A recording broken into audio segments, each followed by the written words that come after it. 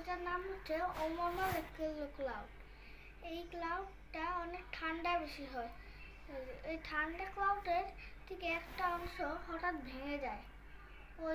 ওই ভাঙা অংশটা হলো যা তারপর ওটা আস্তে আস্তে গরম হতে শুরু করে দেয়। ওটা আস্তে আস্তে স্পিডে ঘোরা শুরু করে দেয়, আর ওটা চ্যাপ্টা হতে শুরু করে দেয়।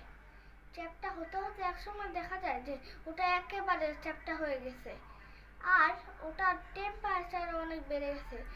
তারপর ওর কেন্দ্রে শুরু হয় হাই পার্টিকেলের এত ইলেকট্রিক পাওয়ার শুরু হয়ে যায় ওর কেন্দ্রে।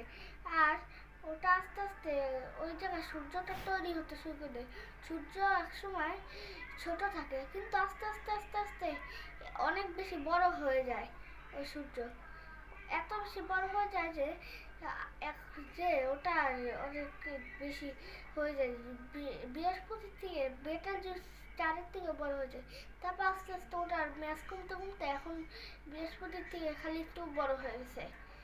আজকের মতন একটুকুই।